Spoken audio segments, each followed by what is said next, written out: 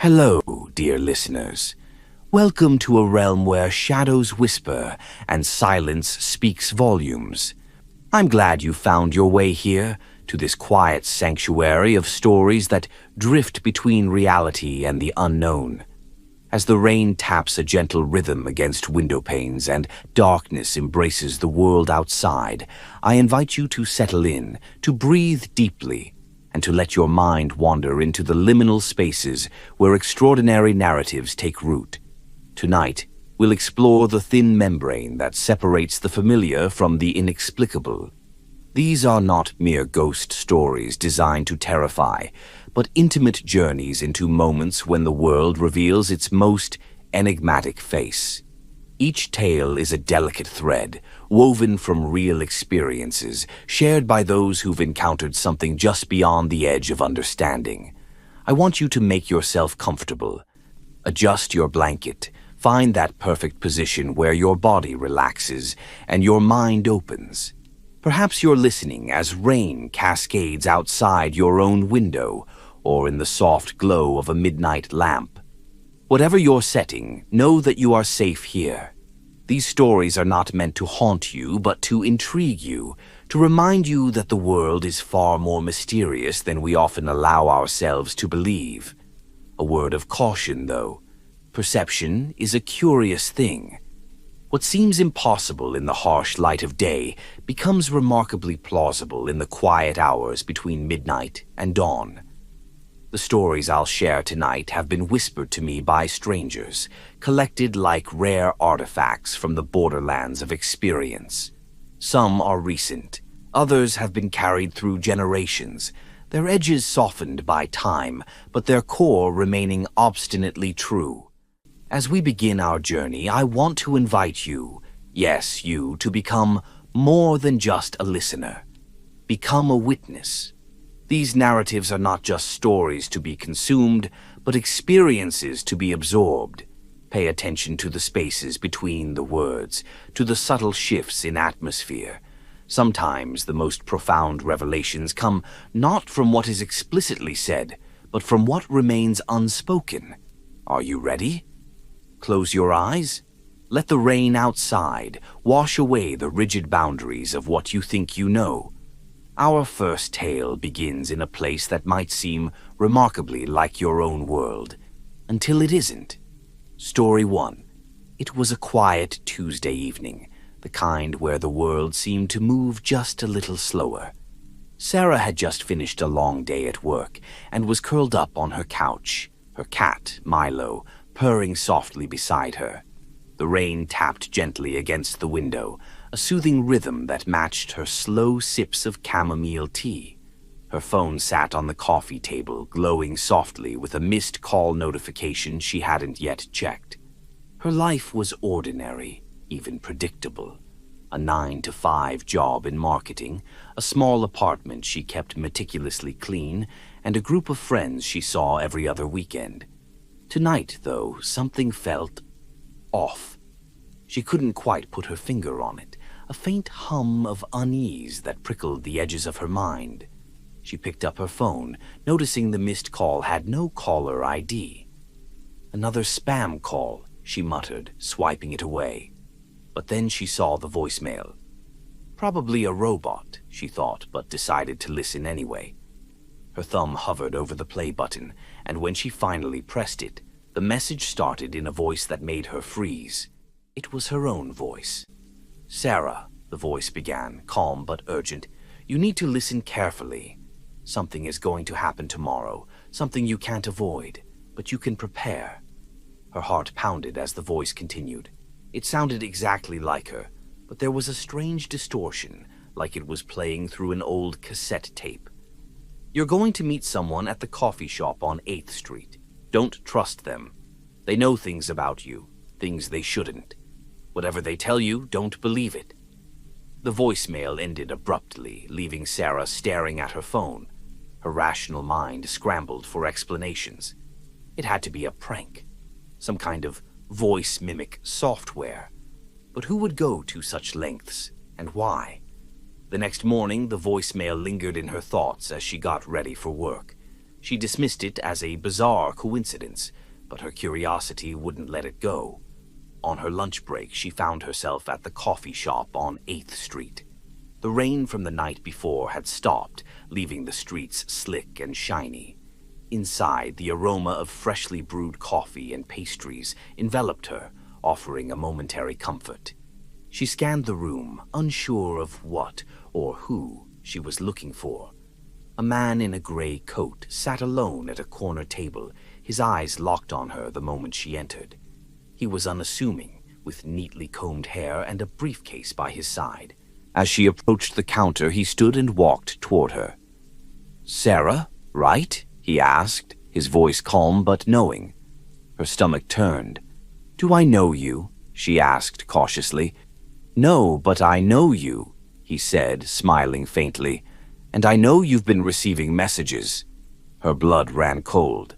"I don't know what you're talking about," she said, trying to keep her voice steady. The man chuckled softly. "Of course you don't. They never tell you everything. But let me guess, the voicemail warned you about me, didn't it?" Sarah's heart raced. How could he possibly know? "You're part of this, aren't you?" she demanded. "This is some kind of sick joke." "I assure you it's not," he said, his tone suddenly serious. "But you're asking the wrong questions. You should be asking why the messages are being sent to you and what they want you to do." "Who are they?" she whispered. "They're not who you think. And neither are you." Before she could respond, he slipped a folded piece of paper into her hand and walked away.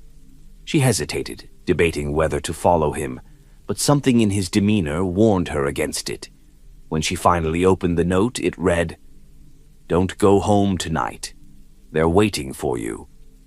That evening, Sarah sat in her car, parked a block away from her apartment, her mind racing.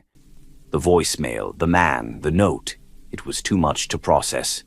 She watched her building, its windows glowing warmly against the night, but the comfort she usually felt was gone. Her phone buzzed in her lap. Another voicemail. With trembling fingers, she played the message. "Sarah, it's me again. I hope you listened. If you're in your car right now, don't move. Don't go home. They're already inside." Her pulse quickened as she glanced toward her apartment. For a split second, she thought she saw a shadow move across her living room window. "Stay quiet," the voicemail continued. "I'll contact you again soon. Trust no one." The message ended, leaving Sarah alone in the dark, her reflection in the rearview mirror staring back at her, wide-eyed and terrified. The rain began to fall again, tapping softly against her windshield as if to reassure her that she wasn't entirely alone. But deep down, she knew the night was only beginning. Story 2. James had always loved libraries.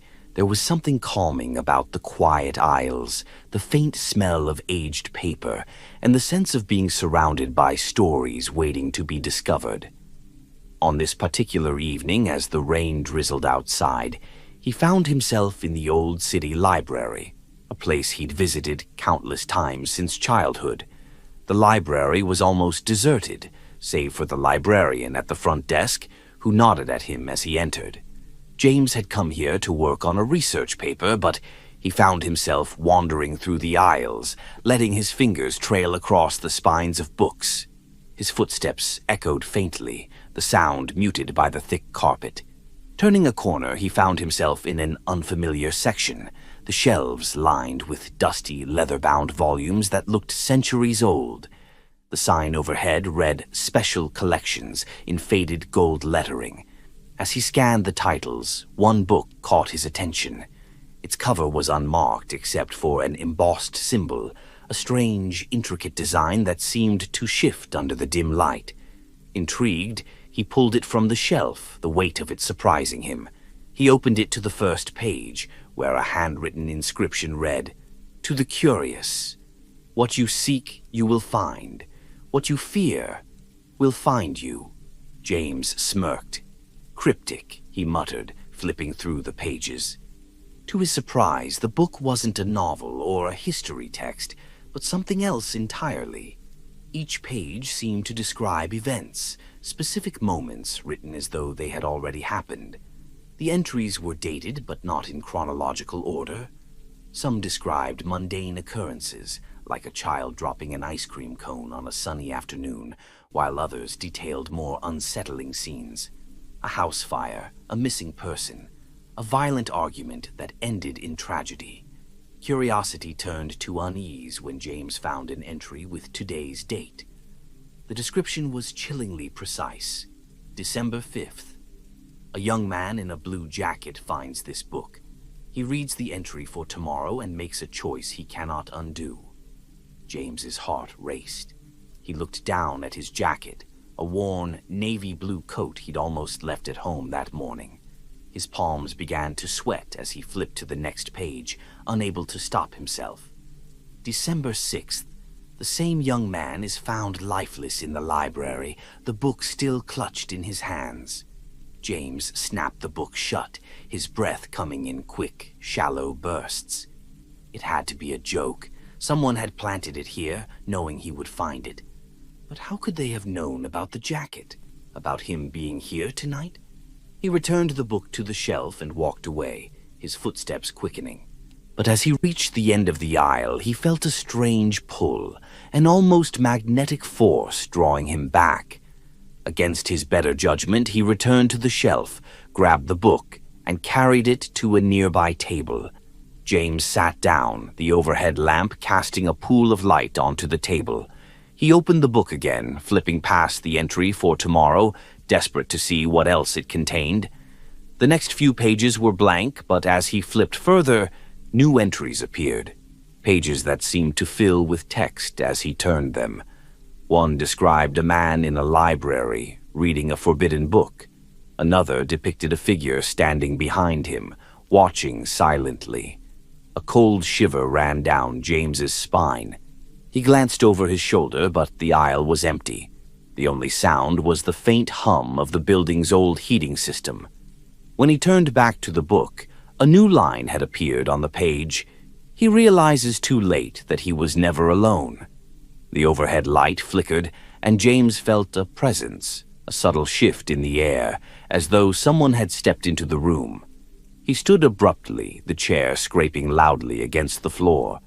"I'm done," he whispered, slamming the book shut. He carried it back to the shelf, determined to leave it where he found it. As he reached to place it back, a voice whispered behind him, soft and cold, "You can't put it back now." James turned, his heart pounding, but no one was there. The aisle was empty. He dropped the book onto the shelf and ran, his footsteps echoing through the silent library. When James reached the front desk, the librarian looked up from her work. "Everything all right?" she asked, raising an eyebrow. I need to go," he stammered, glancing back toward the aisles. She nodded slowly. "Be careful out there," she said, her tone oddly serious. "Rain makes the roads slippery." James hurried out into the night, the book's weight still haunting him even though he'd left it behind. The next morning, as he sipped his coffee, James couldn't resist the urge to return to the library. He needed to know if the book was still there. When he arrived, the special collections section was roped off, and a small sign read, "Closed for maintenance." Confused, he approached the front desk. "What happened to the special collections section?" The librarian frowned. "Special collections? We haven't had that section in years." James felt the blood drain from his face. He turned to leave, but stopped when she called after him. "Oh, by the way," she said, her tone casual, "you left this last night." She held up the book with the embossed symbol, its pages fluttering slightly as though caught by a breeze. Story 3.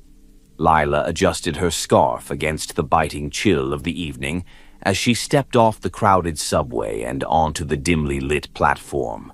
The rain had just begun to fall again, a light drizzle that painted the streets with reflections of flickering streetlights. Her day had been long and uneventful, and all she wanted now was the comfort of her warm apartment and a cup of herbal tea. As she made her way up the stairs to the street, she noticed how quiet it was. Normally, even at this hour, there were people bustling about, taxis honking, conversations drifting through the air. Tonight, though, it felt as if the city had paused, holding its breath. Turning down a narrow side street she often used as a shortcut, Lila became acutely aware of the sound of her own footsteps.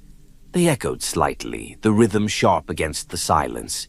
It wasn't until she heard another set of footsteps behind her, faint but distinct, that her pace quickened. She glanced over her shoulder but saw no one. "Get a grip," she muttered to herself, trying to shake off the creeping unease. She turned a corner, relieved to see the familiar glow of her apartment building ahead. Just as she reached the front door, a voice called out softly from behind her. "Lila." She froze, her hand on the doorknob. Turning slowly, Lila saw a man standing a few feet away. He was tall and thin, dressed in a dark coat that seemed too light for the chilly weather. His face was pale, his features sharp, and his expression unreadable. "I'm sorry, do I know you?" she asked, her voice steady despite the unease prickling at her skin. "No," he replied, his tone calm but deliberate. "But I know you." Her grip on the doorknob tightened. "Look, I don't know who you are or what you want, but I don't have time for this." "I know about the scar on your left wrist," he said, his eyes fixed on hers.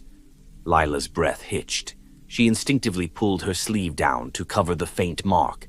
It was from years ago, a moment of vulnerability she rarely thought about, let alone discussed.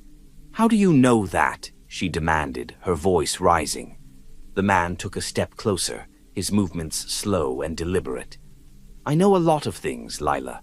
Things you've tried to forget, things you're afraid to admit even to yourself." "Stay away from me," she said, fumbling with her keys. "I also know that you've been dreaming about the lake," he continued, ignoring her protest. Her heart raced. The lake, a recurring dream she'd had since childhood. In it, she always stood on the shore, the water impossibly still, her reflection staring back at her with a faint, eerie smile. She'd never told anyone about it. "Who are you?" she whispered, the words barely audible. "I'm here to warn you," he said. "If you go to the lake tomorrow, you won't come back." Lila stepped back, her mind reeling. "I'm not going to any lake," she said, her voice shaking. The man tilted his head, his expression almost pitying. "You will. It's already decided." "What does that even mean?" she snapped, her fear giving way to anger. "Decided by who?" "You." "I can't explain everything," he said, his voice softening. "But I promise you this. If you don't listen to me, you'll regret it." Without another word, the man turned and disappeared into the shadows, his footsteps fading into the night. Lila barely slept that night, her thoughts racing with questions. The lake. What could he possibly mean? The dream flashed through her mind, vivid and haunting. She told herself it was nonsense, the ramblings of a deranged stranger. But the next morning, as she scrolled through her phone, she saw a notification for an event her friends were attending, a day trip to a nature reserve. The main attraction, a scenic lake. She froze, her breath catching in her throat. By afternoon, curiosity had gotten the better of her. Against her better judgment, she joined her friends for the trip. The lake was exactly as she dreamed it, calm, glass-like, and eerily beautiful. As her friends wandered along the shore, laughing and snapping photos, Lila stood frozen, staring at her reflection in the water. Her reflection stared back, but this time it didn't smile.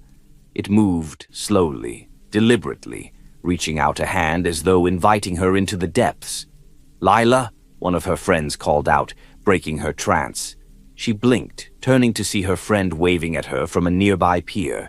Shaking off the unease, she forced herself to smile and join the group, determined to put the man's warning out of her mind. As they packed up to leave, Lila felt a sudden, inexplicable urge to stay. The lake seemed to call to her, its stillness hiding something just beneath the surface. That night, when her friends were asleep in their tents, Lila returned to the shore. The reflection was there again, waiting, and this time it smiled. The next morning, the group found Lila's tent empty, her belongings untouched. The police searched the area for days, but there was no sign of her. The lake remained calm and still, as though it had never been disturbed. Story 4. Ethan's nights were always the same. He worked late shifts at a tech company, often finding himself alone in the dimly lit office well past midnight. The hum of servers and the soft glow of monitors were his only companions as he sipped on yet another cup of stale coffee. Tonight was no different. Rain streaked the tall office windows, casting blurry patterns of city lights across the empty room. Ethan sat at his desk, his fingers flying across the keyboard as he debugged a stubborn line of code. A notification pinged, startling him. It wasn't unusual for him to get emails at odd hours, but this one stood out. The subject line read, "You're being watched." He hesitated, his cursor hovering over the email. It was probably spam, he thought, but something about the simplicity of the subject line made his skin crawl. Against his better judgment, he clicked it. The email contained a single line of text. "You left your window open last night. I was standing outside. Be more careful." Ethan's heart stopped. He quickly scanned the email for a sender address, but it was blank. No trace of where it had come from or who had sent it. Panic began to creep in as he tried to rationalize it. Maybe it was a prank, someone at work trying to mess with him, but he couldn't shake the feeling of being exposed, vulnerable. Ethan lived on the third floor of a small apartment complex. His windows faced a quiet alley, and he rarely opened them. But last night he had, just to let in some fresh air before falling asleep. He told himself it was a coincidence. There was no way someone had actually been there. He closed his laptop, packed up his things, and hurried home. The elevator ride to his apartment felt unusually long, the silence pressing in around him. When he stepped into his apartment, he locked the door behind him and double-checked the windows. All were securely shut. Trying to shake the unease, Ethan settled into bed, his laptop perched on his legs. Out of habit, he refreshed his inbox. Another email had arrived. "You're not safe in your apartment. Check the hallway." His pulse quickened. He stared at the message, his mind racing. This had to be a joke, he thought. But when he looked at the timestamp, he froze. The email had been sent less than a minute ago. Against his better judgment, Ethan tiptoed to the door and peered through the peephole. The hallway was empty, dimly lit by flickering fluorescent lights. He exhaled in relief, but as he turned to walk away, his phone buzzed. "Liar, I see you looking." Ethan's hands trembled. He didn't respond. He didn't dare. The emails kept coming, each one more unsettling than the last. "Why don't you turn on the lights? Your neighbor's dog won't bark tonight. Strange, isn't it? Don't check under your bed." Ethan felt trapped, his apartment suddenly feeling smaller, suffocating. He grabbed a knife from the kitchen and sat on the couch, his back to the wall, his eyes darting to every shadow. His laptop dinged again. "That won't help you." A loud knock echoed from his front door. Ethan jumped, gripping the knife tighter. He forced himself to approach the door, his heart pounding in his chest.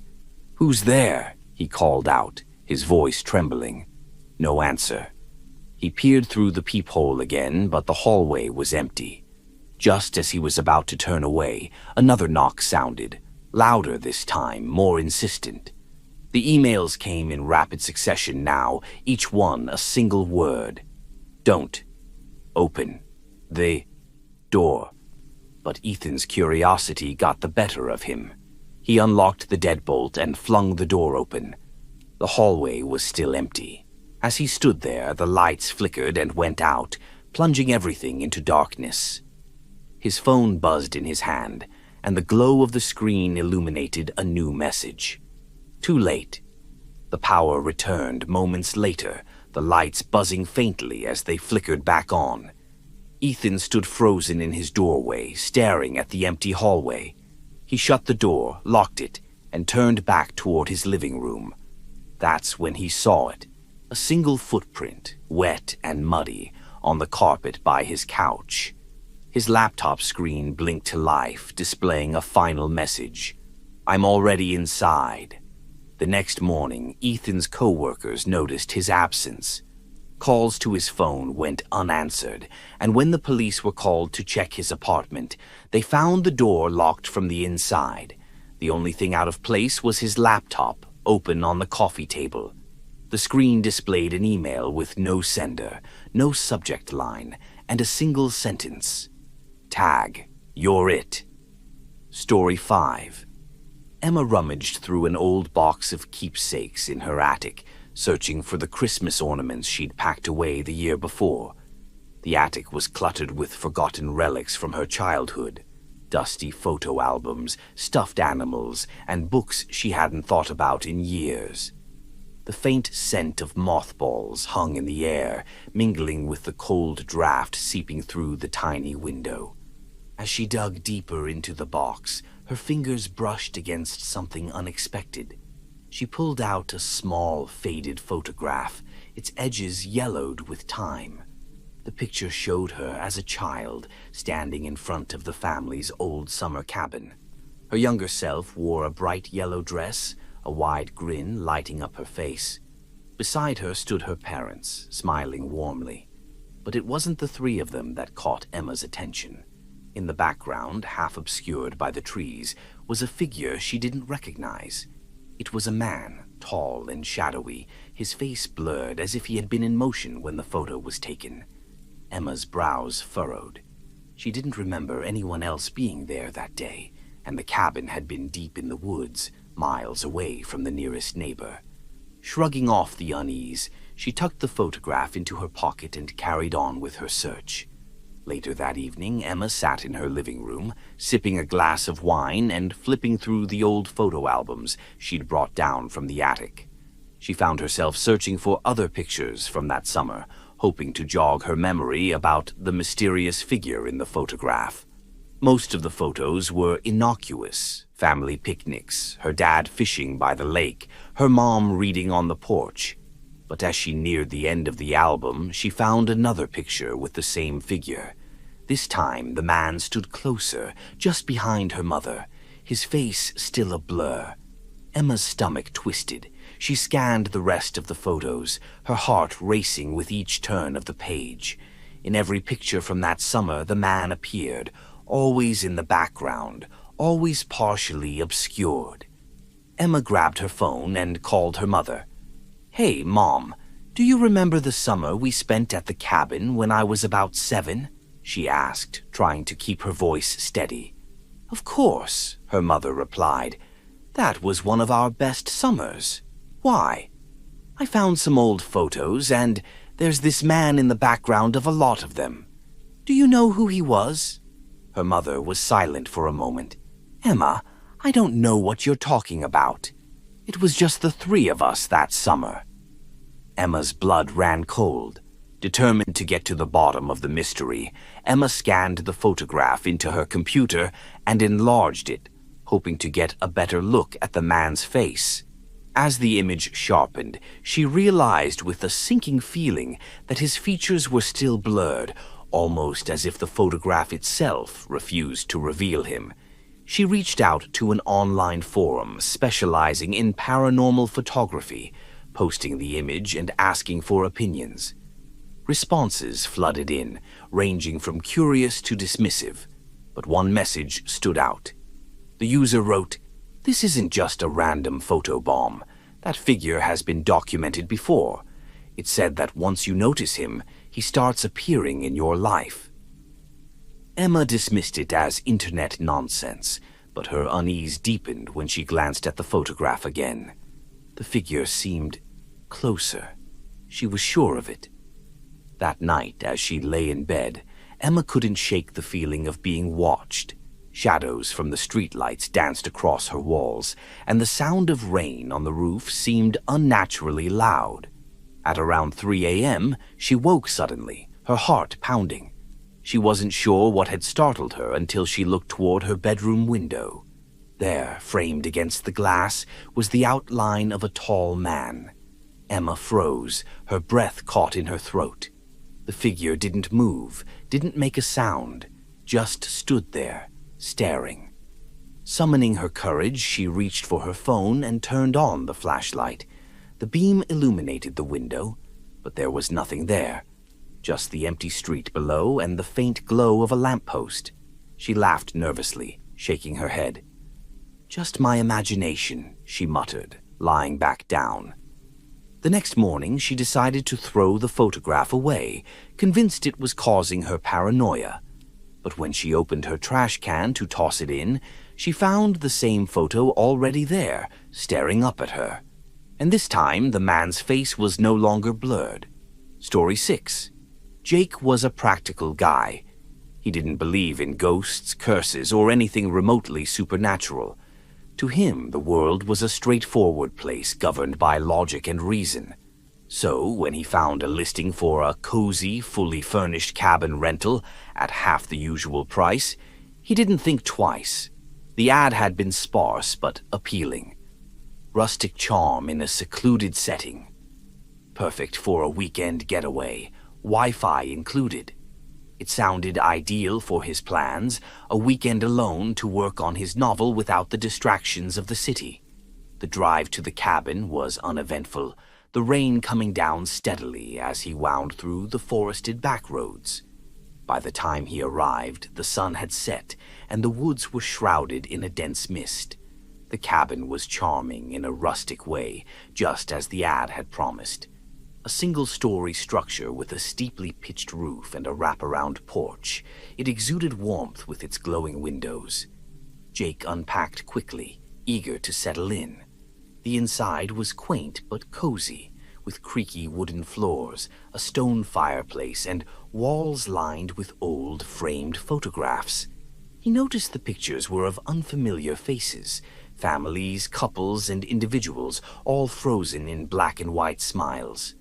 As he stoked the fire and settled in with his laptop, a faint unease prickled at the back of his mind, but he dismissed it as nothing more than the unfamiliarity of being alone in the woods. By midnight, Jake had made good progress on his writing.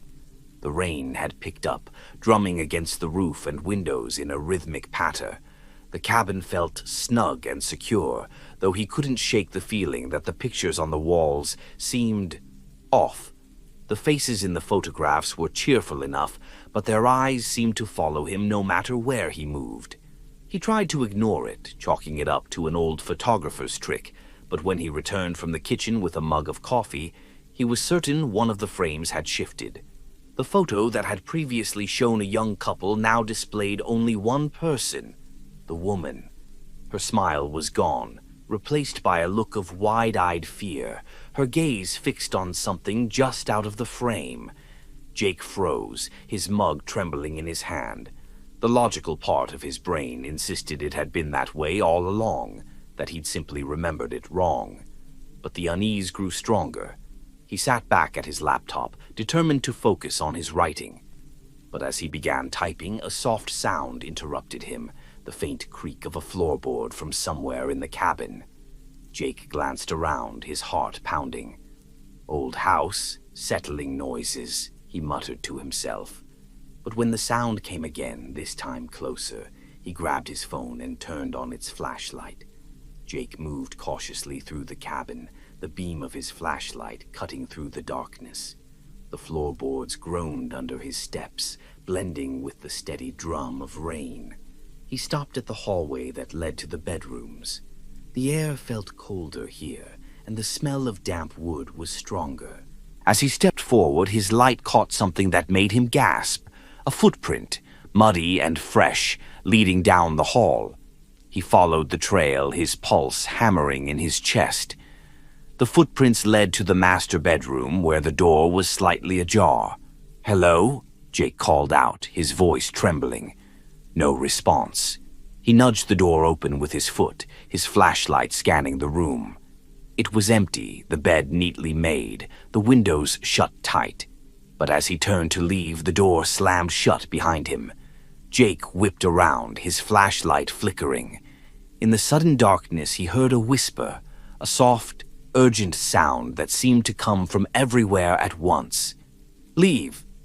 The flashlight flickered back to life, and Jake saw the bedroom mirror. Written across its surface in what looked like water streaks was the word, "Leave." Jake didn't hesitate. He grabbed his bag, bolted out of the cabin, and sped off into the rainy night without looking back.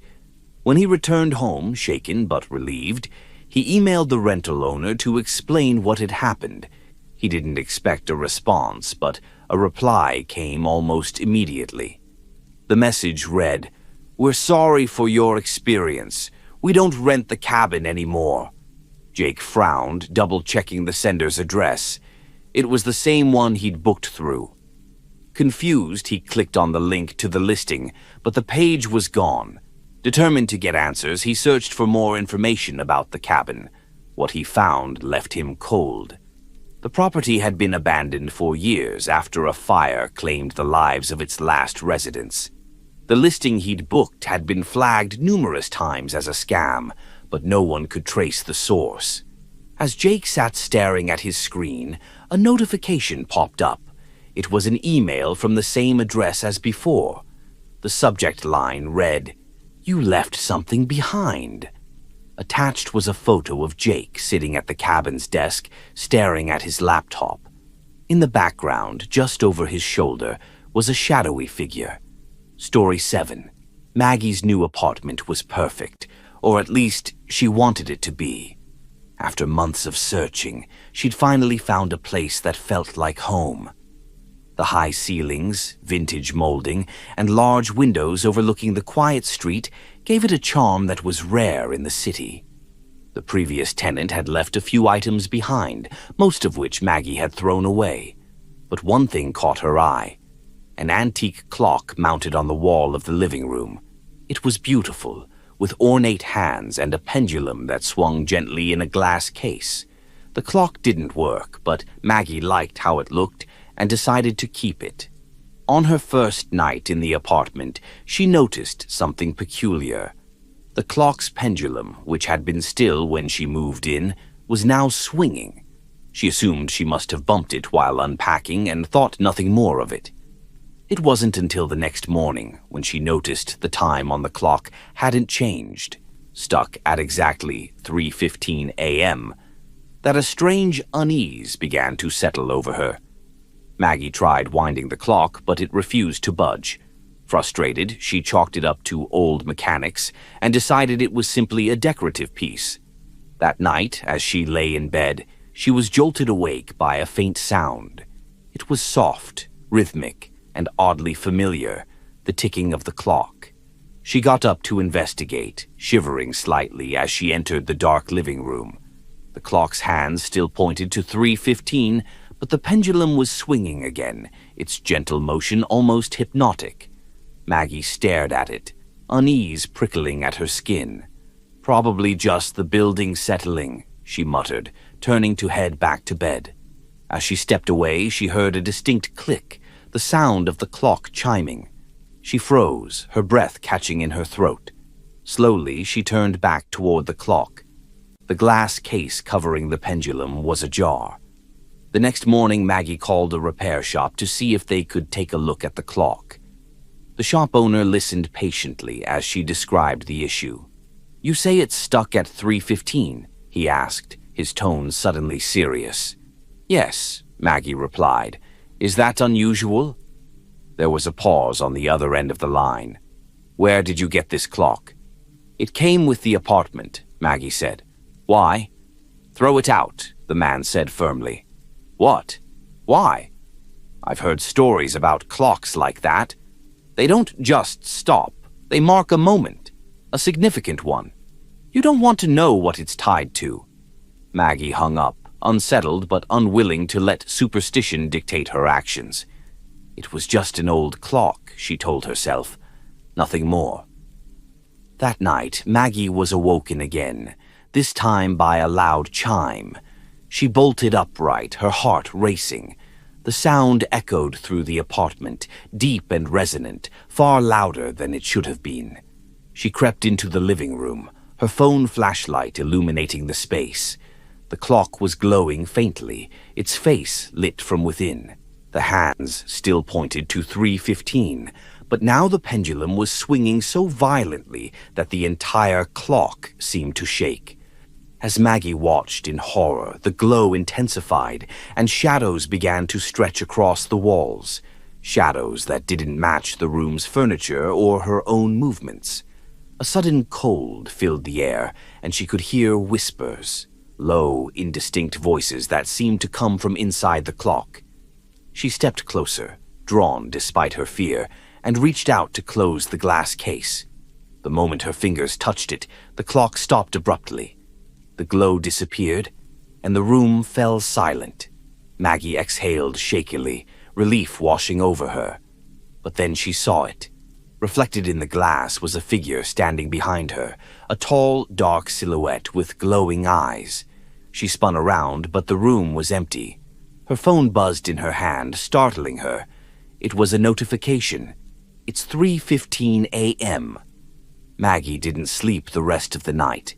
When dawn broke, she grabbed the clock, threw it into a garbage bag, and carried it to the dumpster behind her building. But even after it was gone, strange things continued to happen. Every night, no matter how many times she reset her phone or checked her alarm clock, they would both stop at 3:15 a.m.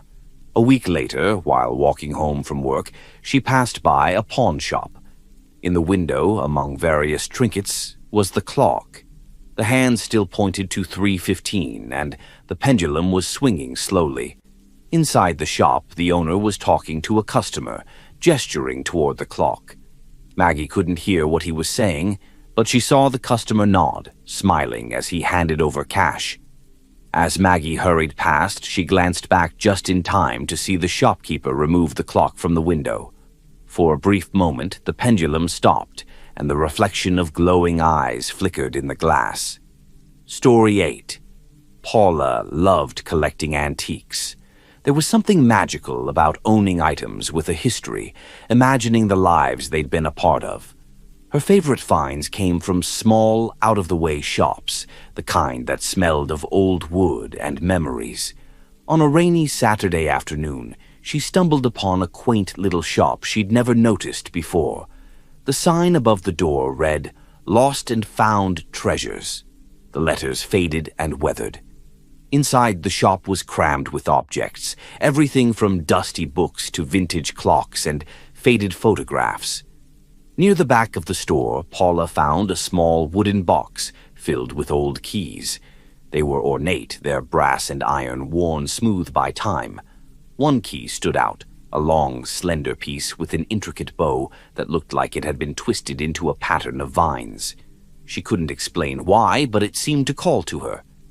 "How much for this one?" she asked the shopkeeper, an elderly man with piercing eyes. He hesitated, studying her for a moment before replying, "Take it. No charge." Paula blinked in surprise. "Are you sure?" He nodded solemnly. "That key doesn't belong to me.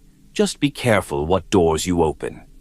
She laughed nervously, thanked him, and left the shop, the key feeling unusually heavy in her pocket. That evening, Paula placed the key on her kitchen counter and admired it while making tea. It was beautiful, almost like a piece of art. But as she stared at it, she noticed something strange. The key seemed to shimmer faintly, as though catching light that wasn't there. Shrugging it off, she carried her tea to the living room and settled in with a book. But as the rain pattered against the windows and the house grew quiet, she thought she heard something. It was faint, almost imperceptible. A soft whisper. Paula froze, her book forgotten. The sound was coming from the kitchen. She set down her mug and crept toward the counter, her heart pounding. The whispering grew louder, though she couldn't make out any words. When she reached the counter, the key was vibrating slightly, its faint shimmer now more pronounced. She hesitated before picking it up. The moment her fingers touched the cold metal, the whispering stopped. Paula laughed nervously, trying to convince herself it had been her imagination. But as she turned the key over in her hand, she noticed something new. A small engraving on the shaft. It was a symbol she didn't recognize, almost like a twisted version of an infinity sign. She felt an inexplicable urge to try the key in every lock she owned. First, she tried her front door, but it didn't fit. Then the bedroom door, the bathroom door, even the padlock on an old jewelry box. But the key fit none of them. Frustrated, she set it back on the counter and went to bed, determined to forget about it. That night, she dreamed of a door she'd never seen before, a massive, ornate thing made of dark wood with iron bands. The key from the kitchen was in her hand, and as she inserted it into the lock, she woke up in a cold sweat. The next morning, Paula couldn't shake the dream. She felt compulsion to find the door, though she didn't know why or where to start looking. She carried the key with her as she went about her day, hoping the strange feelings would fade. By evening, Paula decided to take a walk to clear her head. The rain had stopped, leaving the streets glistening under the glow of streetlights. Without thinking, she wandered toward an old part of town she rarely visited. That's when she saw it.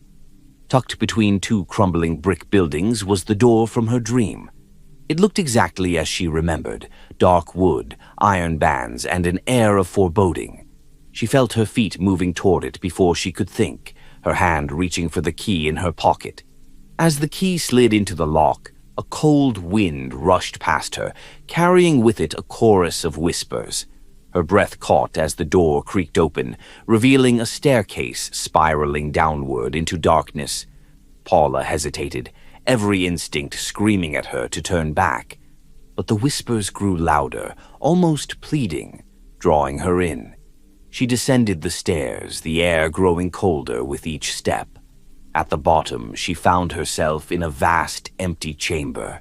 The walls were covered in strange symbols, glowing faintly in the dim light.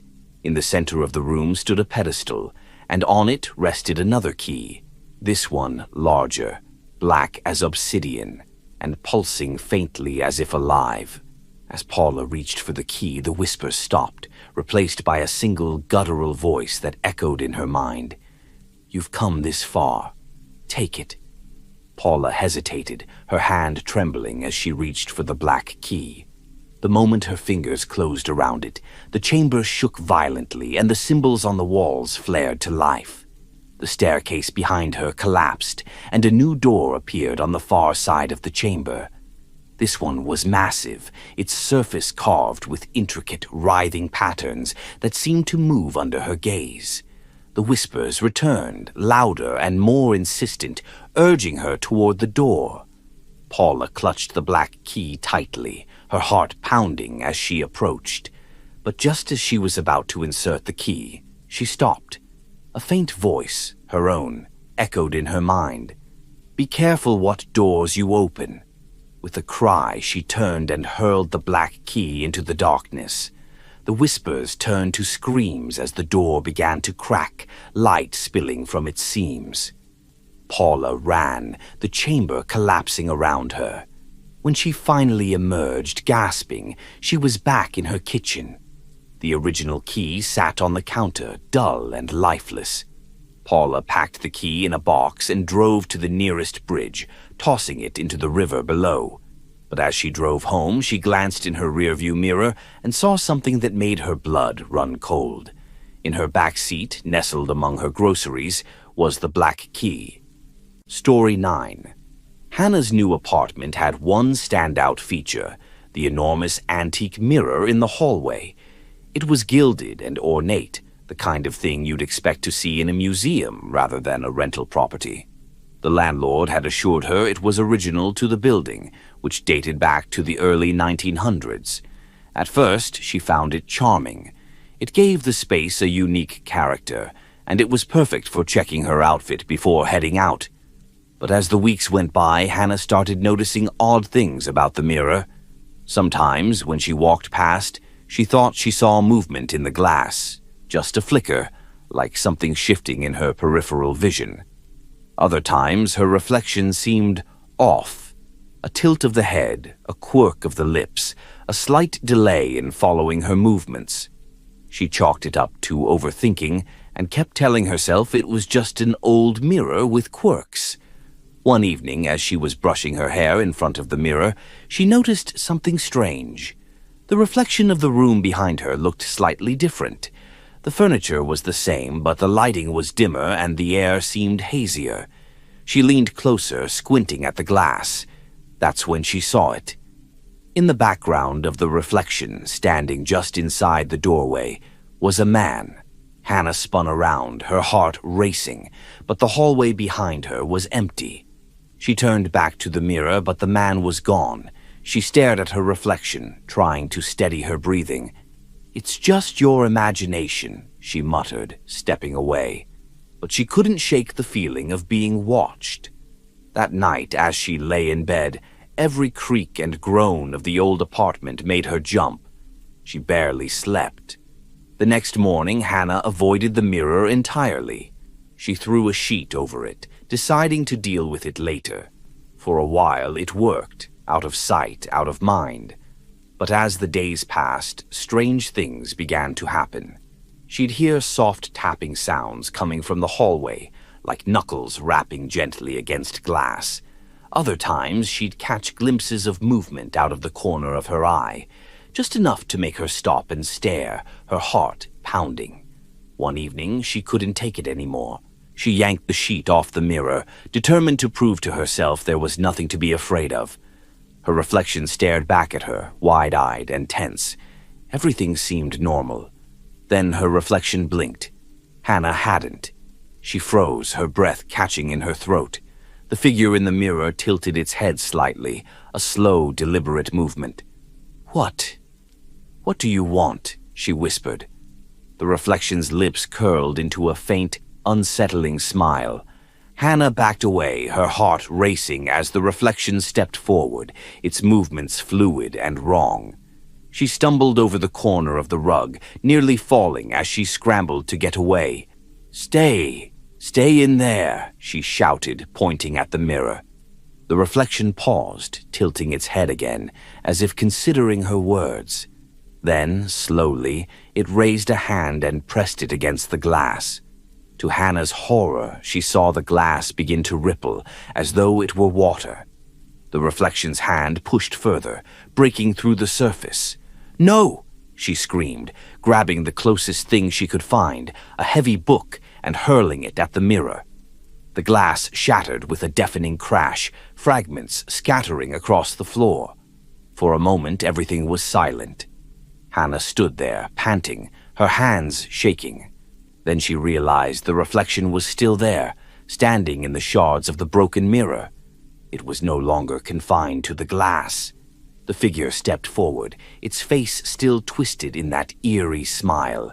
Hannah grabbed her phone and ran, slamming the door behind her as she fled into the night. She didn't stop running until she reached the nearest cafe, where she huddled in a corner, trembling as she tried to explain what had happened to the bewildered staff. When she finally returned to the apartment the next day, accompanied by her landlord, the mirror was gone. "Where's the mirror?" she demanded, her voice trembling. The landlord frowned. "What mirror?" "There's never been a mirror in that hallway." Hannah stared at him, her blood running cold. But it was there. You told me it was part of the building's history." He shook his head. "I don't know what you're talking about." Later that evening, as she packed her belongings to leave, Hannah found a shard of glass under the hallway rug. It shimmered faintly, like it was catching a light that wasn't there. When she picked it up, she froze. Reflected in the shard was the man's face, his eerie smile unchanged. And then he blinked. Story 10. Brian had always considered himself a rational person. A skeptic by nature, he didn't believe in ghosts or the supernatural. But after a recent breakup, he needed a change of scenery, so he jumped at the chance to rent an affordable, spacious apartment in a quiet neighborhood. The building was old but well maintained, with high ceilings and large windows that let in plenty of light. On his first night, Brian noticed something odd. As he was unpacking, he spotted a door in the hallway that wasn't on the layout the landlord had shown him. The door was unremarkable, plain wood with a brass knob, but it was locked, and Brian didn't have a key.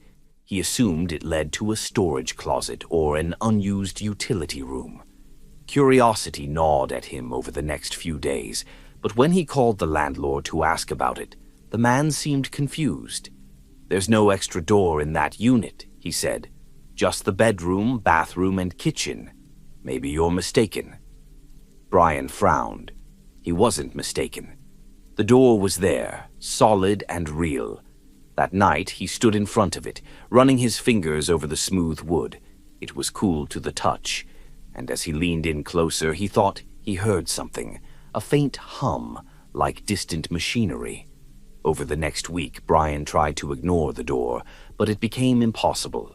Every time he walked past it, he felt an inexplicable pull, as though it was calling to him. One evening, as he sat on the couch, he heard a soft knock. It was faint but unmistakable, and it came from the other side of the locked door. Brian froze. His rational mind told him it was impossible. He was alone in the apartment. Still, he approached the door cautiously, his heart pounding in his chest. "Hello?" he called out. No response. Summoning his courage, he pressed his ear to the wood. The hum he'd noticed before was louder now, a rhythmic, almost melodic vibration. When he stepped back, the knocking resumed. 3 sharp raps, then silence. Determined to solve the mystery, Brian went to the hardware store the next day and bought a lock-picking kit. That night, with trembling hands, he worked at the lock until he heard a soft click. He opened the door. On the other side was a room that didn't make sense. It was larger than it should have been, stretching far beyond the boundaries of the apartment. The walls were lined with shelves, each one crammed with strange objects, rusted tools, broken clocks, and jars filled with murky liquids. In the center of the room stood a single chair, facing away from him. Brian hesitated at the threshold, every instinct screaming at him to turn back. But curiosity won out. He stepped inside, the air instantly colder and heavier, like stepping into a cellar. "Hello?" he called again, his voice shaky. The hum grew louder, resonating in his chest. As he moved closer to the chair, he noticed something strange about the objects on the shelves. They weren't just random knickknacks. They were personal. One shelf held a baseball glove, old and worn. Another displayed a framed photograph of a family he didn't recognize. But the most unsettling was a shelf that held an object he knew all too well. A book with his name written on the cover in neat block letters. Brian's hands shook as he picked up the book. The pages were filled with writing, each entry describing a day in his life, down to the smallest detail. The last entry read, "Brian enters the room." He picks up the book. He turns around. He dropped the book and spun around. The chair was no longer empty. A figure sat there, its back still to him, motionless and silent. "Who are you?" Brian demanded, his voice cracking. The figure slowly began to turn, its movements unnaturally stiff. As it faced him, Brian's blood ran cold. It was him.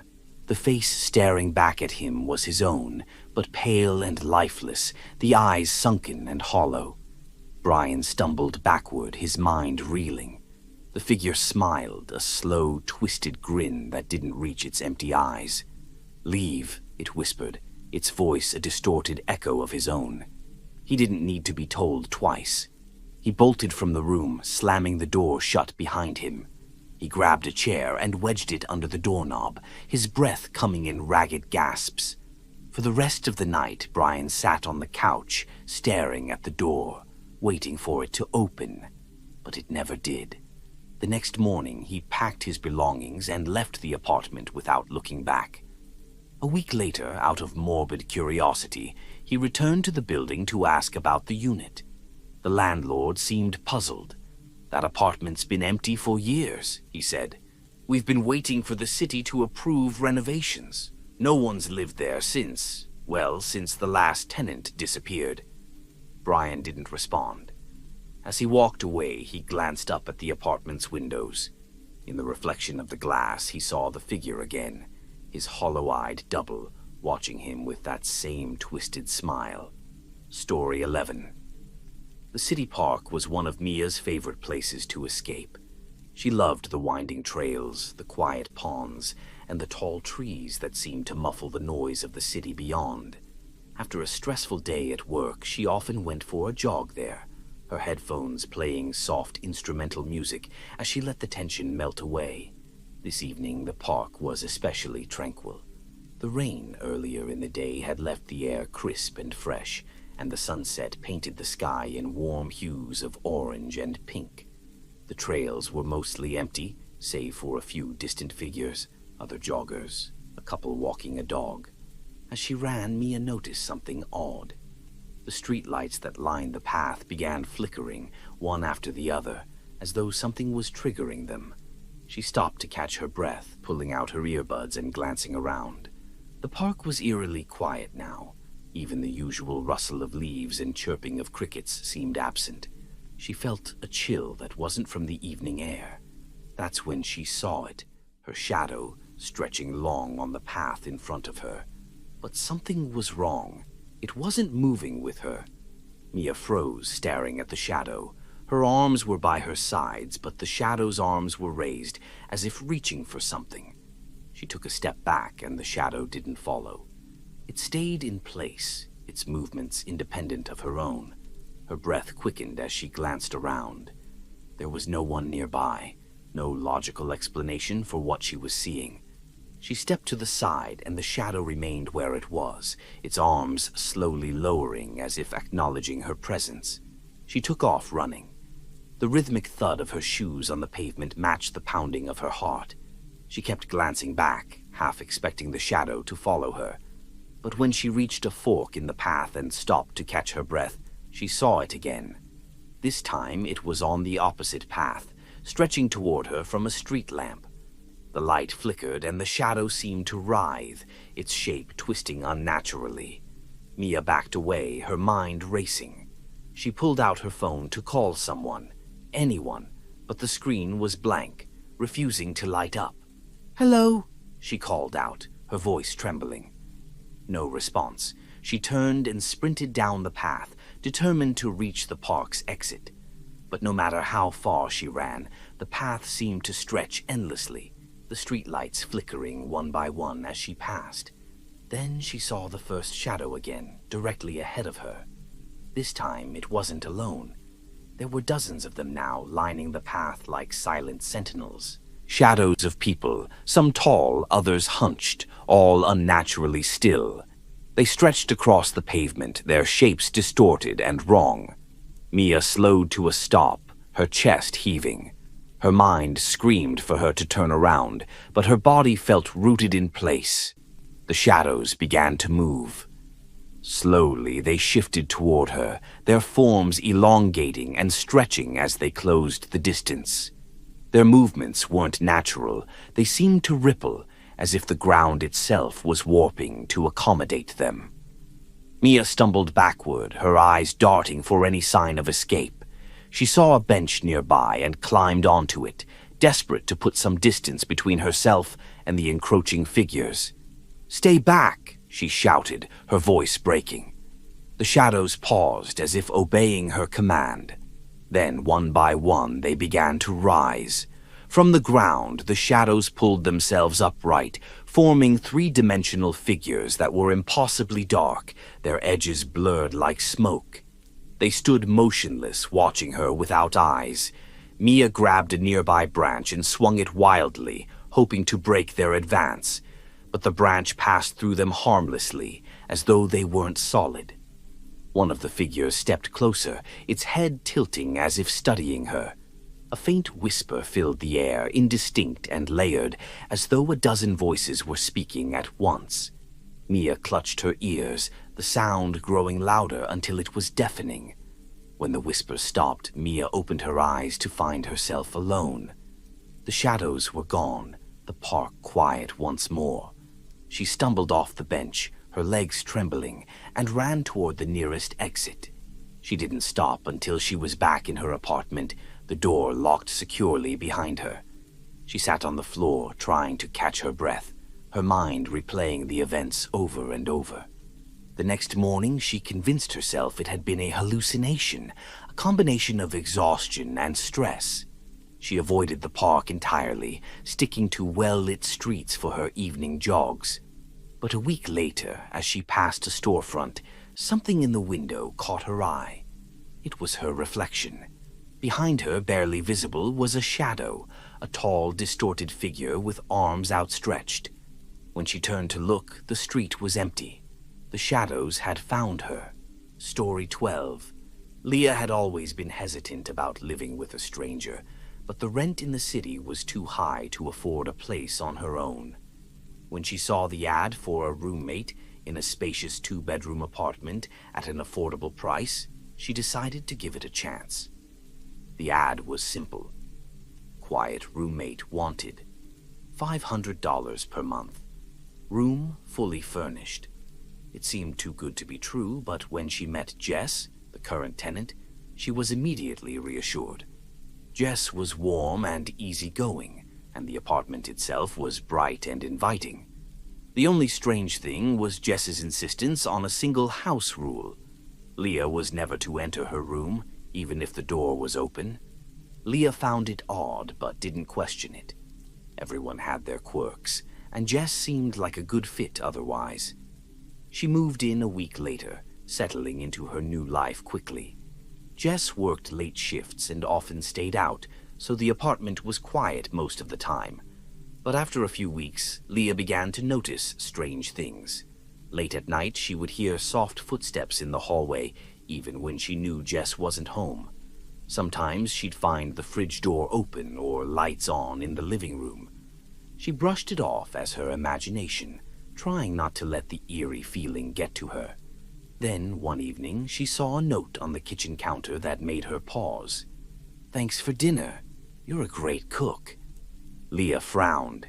She hadn't cooked that night, and Jess was supposed to be at work. The next morning, Leah asked Jess about the note. Jess looked confused. "I didn't leave that," she said, her tone serious.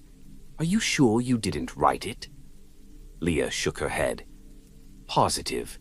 I thought maybe you came home early or something." Jess shrugged it off, but Leah couldn't shake the feeling that something was wrong. That night, she stayed up late in the living room, pretending to watch TV but keeping an eye on the hallway. Around midnight, she heard it again, the soft footsteps. They were slow and deliberate, moving from the kitchen to the hallway, then stopping outside her bedroom door. Her heart raced as she turned off the TV and peeked into the hallway. It was empty. The next day, Leah decided to test something. She placed a small glass of water on the floor outside Jess's room and sprinkled flour around it.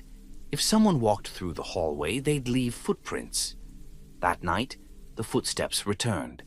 Leah stayed in her room, clutching her phone, too scared to check. When the noises stopped, she finally gathered the courage to look. The water glass was tipped over, and there were footprints in the flour. But they didn't lead anywhere. They started at Jess's door and disappeared halfway down the hall. Leah's unease turned to fear.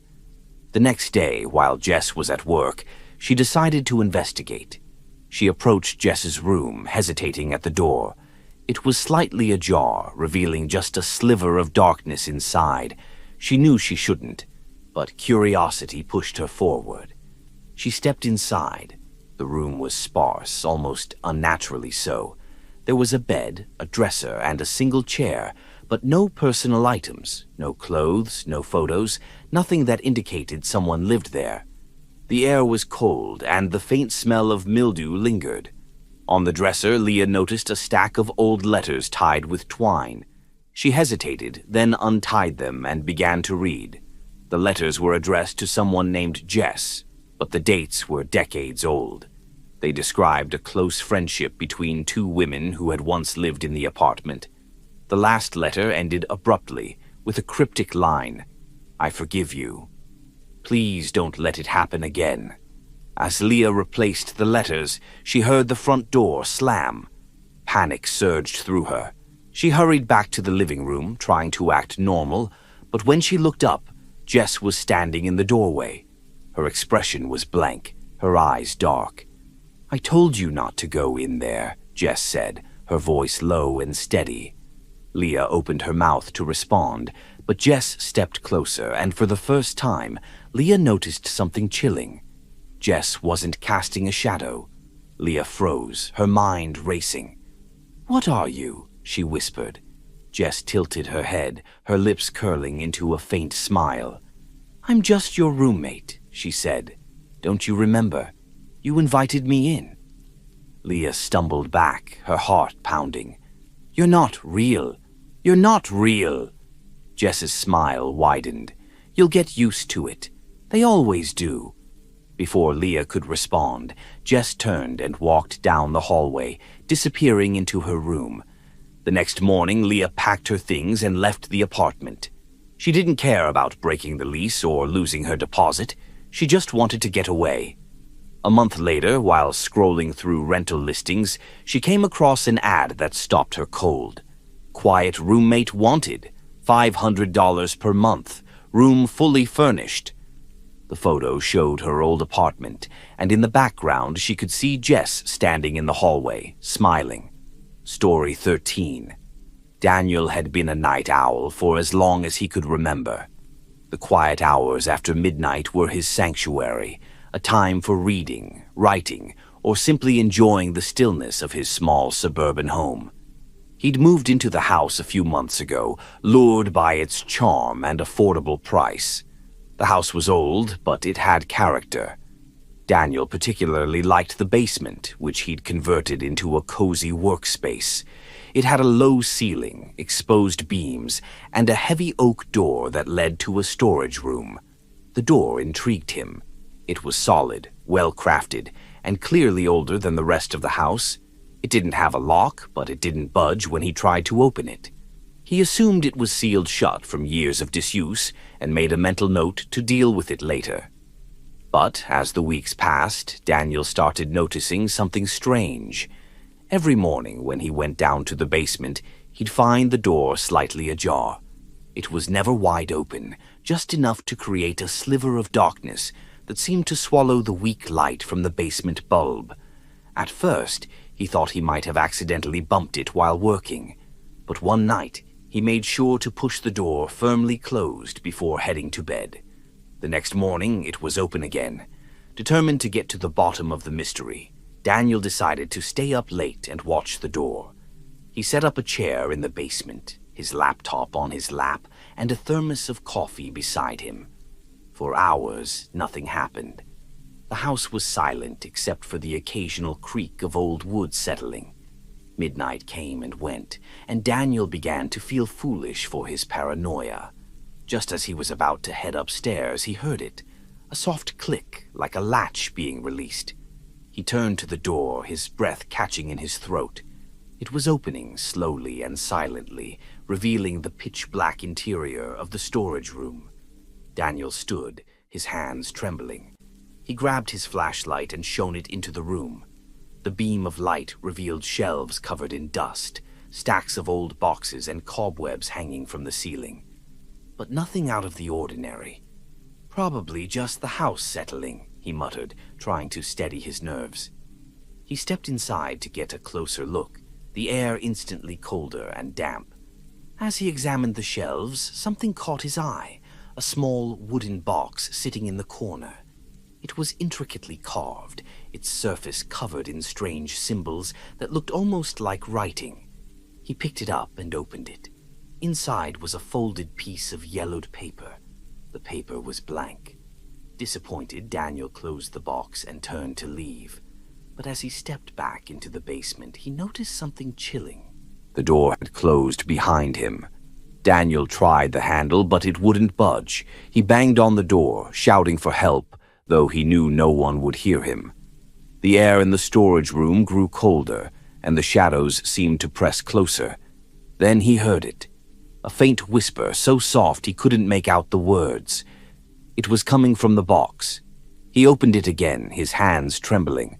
The blank paper inside now had writing on it. The words were jagged, scrawled in what looked like black ink. Midnight. The whispering grew louder, the words overlapping and frantic. Daniel dropped the box and backed into the corner, his heart racing. The door creaked open, but it didn't lead to the basement. Instead, it revealed a long, dark corridor, lined with flickering lights. "Hello," Daniel called out, his voice trembling. The whispers stopped. The silence was worse. Against his better judgment, Daniel stepped through the door. The corridor stretched endlessly, the flickering lights casting unsettling shadows on the walls. As he walked, he felt an overwhelming sense of being watched. Finally, he reached the end of the corridor, where another door awaited. This one was different. Its surface was smooth and black, and his reflection stared back at him, distorted and wrong. Before he could decide whether to open it, the door swung inward on its own. Inside was a room identical to his basement, except for one detail. Sitting in the chair he'd left behind was him. The other, Daniel looked up, his expression blank, and smiled. "You're late." Daniel stumbled backward, his mind reeling. "What is this? Who are you?" The other Daniel stood, his movements deliberate and slow. "I'm the one who watches when you sleep. I'm the one who listens when you speak. And now—" He stepped closer, his voice lowering. "I'm the one who stays." Daniel turned and ran back down the corridor, the whispers returning in a deafening crescendo. The storage room door appeared ahead, and he burst through it, slamming it shut behind him. When he turned, the basement was quiet. The door was firmly closed, and the wooden box was gone. Daniel packed his belongings and left the house the next day, unwilling to stay another night. Months later, as he scrolled through real estate listings, he saw the house again. The photo of the basement showed the oak door firmly shut. But in the corner of the room, sitting on the chair, was a figure, its face obscured, but unmistakably him. Story 14. Sam's nightly routine was simple. After work, he'd make dinner, watch a little TV, and then unwind with a podcast or some music before bed. It wasn't exciting, but it was predictable, just the way he liked it. One night, as the rain tapped against his apartment window, Sam settled onto the couch and flipped through his favorite stations on the old portable radio he'd inherited from his grandfather. The radio was a relic, with a large tuning dial and an antenna that had to be adjusted just right to pick up a signal. Most nights he'd tune into a late-night jazz station or a podcast about unsolved mysteries. But tonight, as he turned the dial, the static between stations seemed louder than usual, crackling like distant whispers. He paused, adjusting the dial carefully. Amid the hiss of static, he thought he heard something. A faint voice, almost drowned out by the noise. Curious, Sam turned the volume up and leaned closer. The voice was clearer now, though still faint, like someone speaking from far away. It was saying his name. Sam froze, his heart racing. The voice was soft but unmistakable. "Sam, can you hear me?" He stared at the radio, unsure whether to respond. It had to be a coincidence, he told himself. Maybe it was part of a broadcast he didn't fully catch. But the voice continued. "I've been trying to reach you. Please, don't turn it off." A chill ran down his spine. The voice was strange, flat and emotionless, as though it wasn't entirely human. "Who is this?" Sam asked, his voice trembling. The static crackled, and for a moment there was silence. Then the voice returned, louder this time. "I'm someone who knows you, someone who's been waiting." Sam's pulse quickened. "This isn't funny," he said, his voice rising. "If this is a prank, you've picked the wrong person." The voice didn't respond right away. When it did, its tone was softer, almost pleading. "You've forgotten me, but I haven't forgotten you. You used to listen all the time. Don't you remember?" Sam shook his head, confusion mingling with fear. Listen to what? The voice laughed, a low, distorted sound that made his skin crawl. You'll see. Just don't turn off the radio. Against his better judgment, Sam kept the radio on, the static filling the room like a living presence. As the minutes passed, the voice began to hum a tune, a haunting melody that felt strangely familiar. Sam's head began to ache, a dull throb that grew worse with each passing moment. As the hum grew louder, Sam's surroundings started to change. The room seemed to darken, the edges of his vision blurring. He shook his head, trying to clear it, but the voice interrupted. "You're almost there," it said, the words reverberating in his skull. "Do you remember now, the nights you stayed awake listening? You invited me in." The radio's light flickered, casting strange shadows on the walls. Sam grabbed the radio, intending to turn it off, but his fingers froze. The dial moved on its own, spinning wildly before settling on another station. Through the static, a new voice emerged. This one was deeper, colder, and filled with menace. "He's mine now," it said. "You should have turned it off." The lights in the room flickered and went out. Sam's breath came in shallow gasps as the static surged, filling his ears with deafening noise. The original voice returned, frantic now. "Fight it, Sam. You have to fight it." "Fight what?" he screamed, but the static swallowed his voice. From the shadows, a figure began to emerge. It was humanoid but wrong, its edges blurred, its form shifting like smoke. The figure reached for him, its fingers impossibly long and sharp. "Come closer," it hissed, its voice layered with static. Sam dropped the radio and ran, his heart pounding. But no matter where he turned, the figure was there, always just out of reach. The next thing Sam knew, he was lying on the floor, the morning light streaming through the window. The radio was still on, its dial set to a station that played soft jazz. His hands trembled as he turned it off, the silence in the room almost deafening. He stared at the radio for a long time, wondering if it had all been a dream. But when he looked in the mirror, he saw scratches across his arms, thin, jagged lines that hadn't been there the night before. He grabbed the radio, intending to throw it away, but as he unplugged it, the static returned, loud and insistent. A voice, faint but clear, whispered one final message. "You can't get rid of me, Sam. You're already tuned in." That night, as he lay in bed, the sound of static filled the air, though the radio was gone. And somewhere in the darkness, the voice began to hum that haunting melody once again. Story 15. Claire hated working late. The office was eerily quiet after hours, the usual hum of conversations and ringing phones replaced by the faint buzz of fluorescent lights. But with a big deadline looming, she had no choice. By the time she finished her report, the clock on her desk read 11:45 p.m. Sighing, she grabbed her bag and headed for the elevator. Her office was on the 20th floor, and the building was mostly deserted at this hour. The elevator doors opened with a soft chime, revealing an empty car. She stepped in, pressed the button for the lobby, and leaned against the back wall, grateful to finally be heading home. The ride was smooth at first, the floors ticking by in quick succession. But as the elevator passed the 15th floor, it shuddered slightly and the lights flickered. "Great," Claire muttered, glancing at the control panel. The numbers continued to change, but the elevator didn't slow down. It passed the 10th floor, then the 5th, and still the lobby button remained lit. When the display hit B for the basement, the elevator didn't stop. Instead, the numbers disappeared entirely, replaced by a blank screen.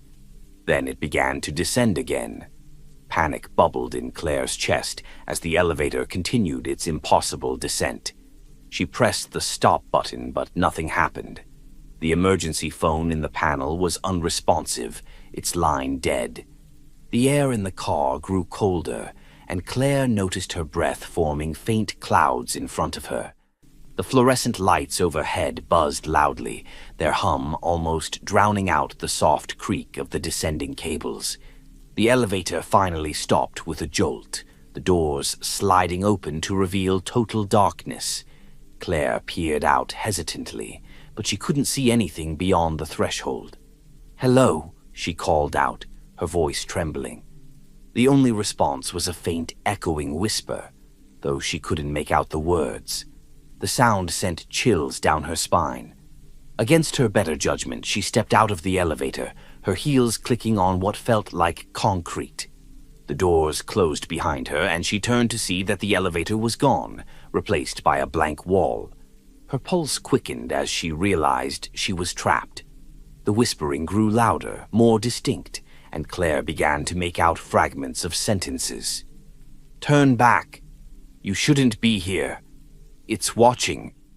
The whispers seemed to come from all around her, circling her like unseen figures. A faint light appeared in the distance, flickering like a candle.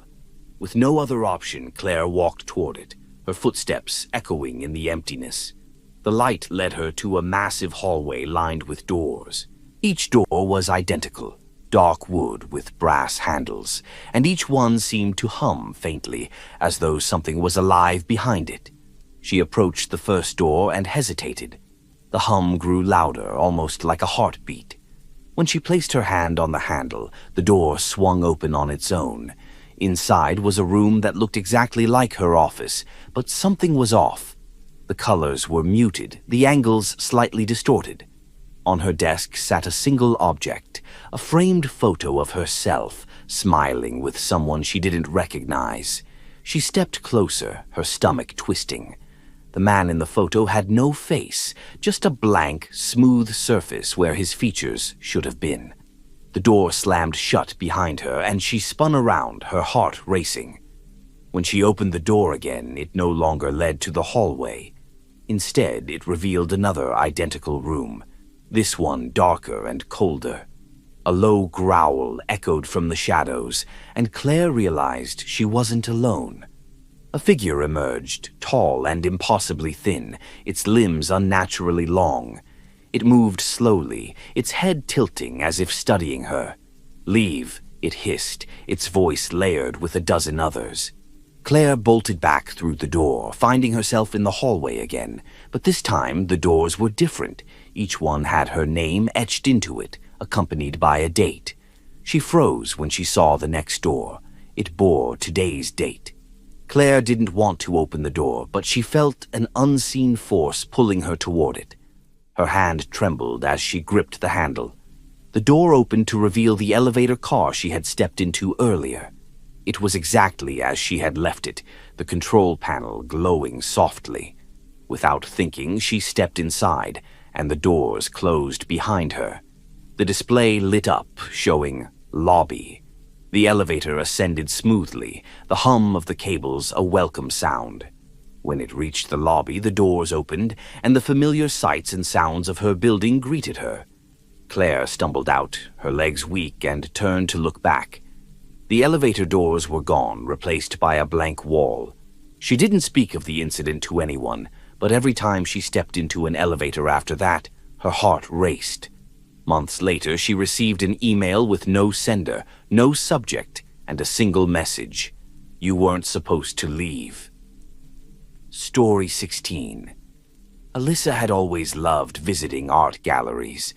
The silence, the dim lighting, and the stories behind each piece fascinated her. So, when a new exhibition opened at the downtown gallery, she was one of the first to buy a ticket. The gallery featured an eclectic mix of modern and classical art, but one painting immediately caught Alyssa's attention. It was tucked into a corner, almost as though the curator hadn't wanted it to draw too much notice. The painting was unsettling. It depicted a dense, dark forest with a narrow, winding path that disappeared into the trees. At the center of the painting stood a solitary figure, a woman in a tattered white dress, her face turned away as if looking into the woods. Alyssa couldn't explain why, but she felt drawn to the painting. It was as though the woman in the painting knew something she didn't. What do you think? a voice behind her asked, startling her. She turned to see a gallery attendant, a young man with a faint smile. "It's beautiful but eerie," Alyssa replied. "Who's the artist?" The attendant hesitated. "That piece is unique. It came to us anonymously. No one knows who painted it." That night, the image of the painting lingered in her mind. Alyssa couldn't resist returning to the gallery the next day. She wanted to see the painting again, to try to understand why it had affected her so deeply. When she reached the corner where it hung, her heart skipped a beat. Something was different. The woman in the painting had moved. She now stood further down the path, closer to the edge of the forest. Her head was slightly turned, as though glancing over her shoulder. Alyssa stared, her mind racing. She was certain the figure hadn't been in that position the day before. She asked the attendant if the painting had been replaced, but he shook his head. "That's impossible," he said. "It hasn't been touched." But Alyssa knew what she saw. She spent hours at the gallery, watching the painting as other visitors walked by, oblivious to its changes. As the evening wore on and the gallery emptied, she saw it again. A subtle shift in the figure's position. This time, the woman was fully turned toward the viewer, her face obscured by long, dark hair. Alyssa felt a chill run down her spine. The gallery lights flickered briefly, and when they stabilized, she noticed something else. The trees in the painting seemed closer, their shadows longer and darker. That night, Alyssa couldn't sleep. She kept picturing the woman's form, the haunting forest, the creeping shadows. Desperate for answers, she decided to research the painting. But no matter how deep she dug online, she found nothing about its origin. It was as though it didn't exist outside the gallery. Unable to resist, she returned the following evening, just before the gallery closed. The painting was still there, but now the woman had disappeared from the path entirely. Alyssa's stomach turned as she leaned in closer. The trees in the painting seemed alive, their branches twisting and curling like fingers. In the lower corner, barely visible, she noticed something she hadn't seen before, a faint reflection, almost like a shadow. It was her. Alyssa stumbled backward, her heart pounding. As she turned to leave, the lights in the gallery went out, plunging the room into darkness. "Is someone there?" she called out, her voice trembling. A soft rustling sound came from the corner where the painting hung. When the emergency lights flickered on, she saw it. The woman from the painting was now standing in the gallery, her tattered dress billowing slightly, as though caught in an invisible wind. Her face was still obscured by hair, but her head tilted toward Alyssa.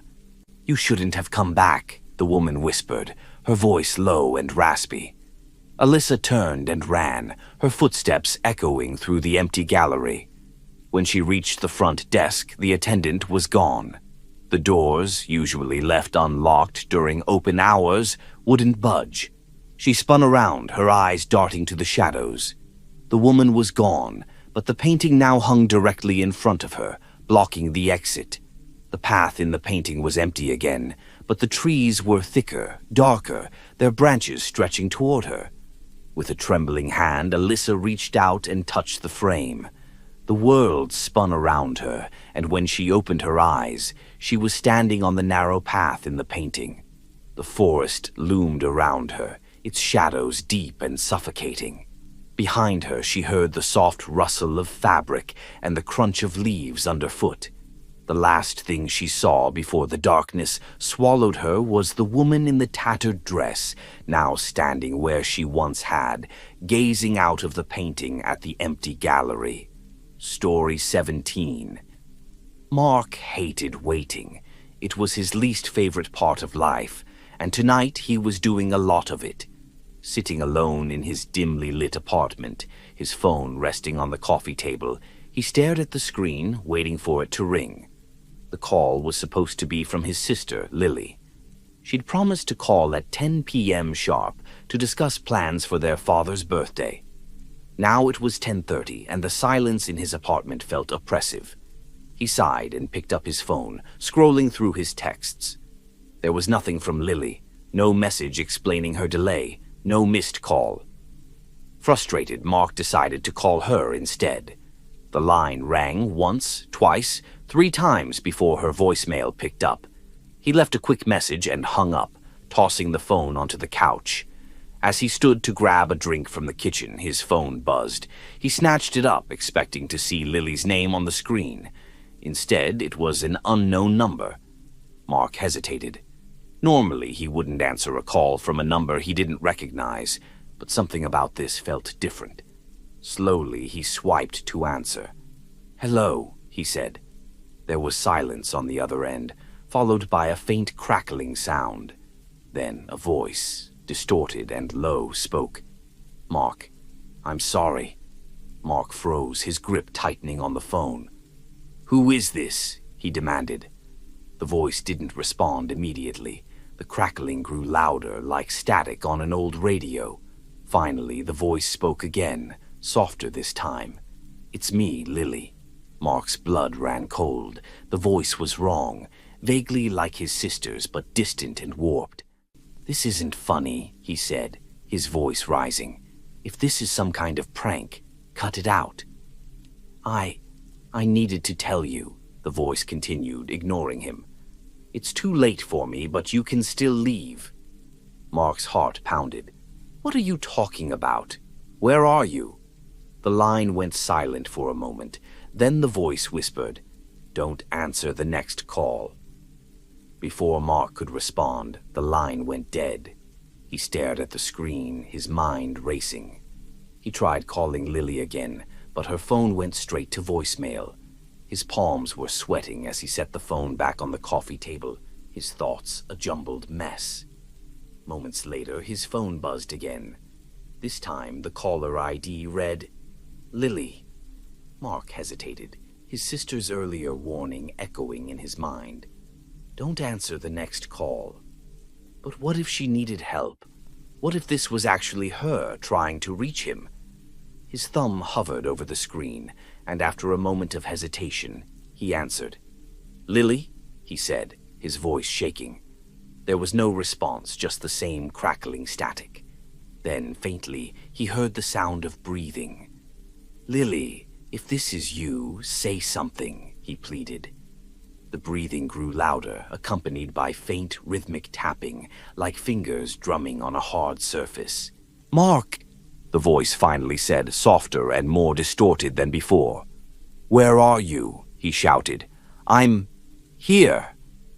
Mark's blood ran cold as the lights in his apartment flickered. He turned, his heart hammering, and saw a figure standing in the corner of the room. It was Lily, or at least it looked like her. Her face was pale, her eyes wide and unblinking. She stood unnaturally still, her head tilted slightly to one side. "Lily?" Mark whispered, his voice barely audible. She didn't move, didn't speak. Then, slowly, her mouth began to open. The phone in his hand crackled loudly, the distorted voice now overlapping with the figure's movements. "You should have listened," it said. The lights flickered again, plunging the room into darkness. When the lights came back on, the figure was gone, and the phone in Mark's hand was silent. He stood frozen, his breath coming in short gasps. The room was quiet again, but the oppressive feeling of being watched lingered. Mark checked his phone, but there was no record of the call, no missed call from Lily, no incoming call from the unknown number. It was as though the conversation had never happened. The next morning, Mark received a call from his mother. Her voice was shaky, filled with grief. "Mark, I don't know how to tell you this," she said. "Lily was in a car accident last night, around 10 p.m. She didn't make it." The phone slipped from his hand, shattering as it hit the floor. That night, as Mark sat in his darkened apartment, his phone buzzed once more. The caller ID read, "Lily." This time, he didn't answer. Story 18. The storm outside was relentless. Rain lashed against the windows of Rachel's small suburban home, the wind howling through the trees that bordered her backyard. She loved nights like this, safe and warm inside, a steaming cup of tea in hand and her favorite blanket draped over her shoulders. Rachel had spent the evening curled up on the couch, half watching a crime drama while scrolling through her phone. It was late, but she wasn't ready for bed yet. The rhythmic tapping of rain on the windows was soothing, a perfect soundtrack to her quiet night. She was about to head to the kitchen for a refill when she noticed something strange. The curtains on the large living room window weren't fully drawn, leaving a narrow gap. Through it, she could see the backyard, dark and swaying in the storm. But there was something else. A figure stood just beyond the glass, motionless, watching. Rachel froze, her breath caught in her throat. The figure was tall and shadowy, barely distinguishable in the downpour. She squinted, hoping the distortion of the rain was playing tricks on her eyes. "Probably just a tree branch," she muttered, trying to convince herself. She grabbed her phone and turned on the flashlight, shining it through the gap in the curtains. The beam cut through the rain, illuminating the backyard. But there was no one there. Exhaling shakily, Rachel closed the curtains tightly and double-checked the locks on the doors and windows. Satisfied that everything was secure, she returned to the couch, though the unease lingered. An hour later, as she finally decided to go to bed, she caught movement out of the corner of her eye. She turned toward the window and felt her heart drop. The figure was back. This time it was closer, pressed against the glass. Its face was obscured by shadows, but its hands were visible, pale and splayed against the window pane. Rachel stumbled backward, her phone slipping from her grasp. She wanted to scream, but couldn't find her voice. Instead, she grabbed the nearest object, a heavy lamp, and held it tightly, her knuckles white. "Who are you? What do you want?" she shouted, her voice shaking. The figure didn't move, didn't react. It simply stood there, silent and still. The lights flickered, plunging the room into brief darkness. When they came back on, the figure was gone. Rachel didn't sleep that night. She stayed in the living room, every light in the house turned on, her phone clutched tightly in her hand. She debated calling the police, but what would she say? That a shadowy figure had appeared at her window during a storm? As dawn broke, she finally allowed herself to relax. The rain had stopped, and the first rays of sunlight peeked through the curtains. She stepped outside to inspect the backyard. The ground was wet and muddy, but there were no footprints, no signs of anyone having been there. Convinced it had been her imagination, Rachel tried to move on. But that evening, as she prepared for bed, she felt it again, that sense of being watched. She glanced at the bedroom window and froze. The figure was there again, its silhouette sharp against the faint light of the moon. Rachel grabbed her phone and snapped a photo, her hands trembling. When she looked at the screen, her stomach turned. The figure wasn't in the picture. A soft tapping drew her attention back to the window. The figure was closer now, its face pressed against the glass. Its eyes were wide and dark, and its mouth was stretched into a grotesque grin. "Let me in," it whispered, its voice muffled but clear. Rachel screamed and ran from the room, slamming the door behind her. She barricaded herself in the bathroom, her heart pounding as she called the police. When the officers arrived, they found nothing, no footprints, no sign of forced entry, no evidence of anyone having been outside. Rachel showed them the photo, but it only showed the empty backyard. The officers suggested she install security cameras and assured her it was likely just her imagination. That night, Rachel lay in bed, her curtains drawn tightly, every light in the house left on. She drifted into a restless sleep, clutching her phone like a lifeline. At 3:15 a.m., her phone buzzed with a notification. Bleary-eyed, she unlocked the screen. It was a photo.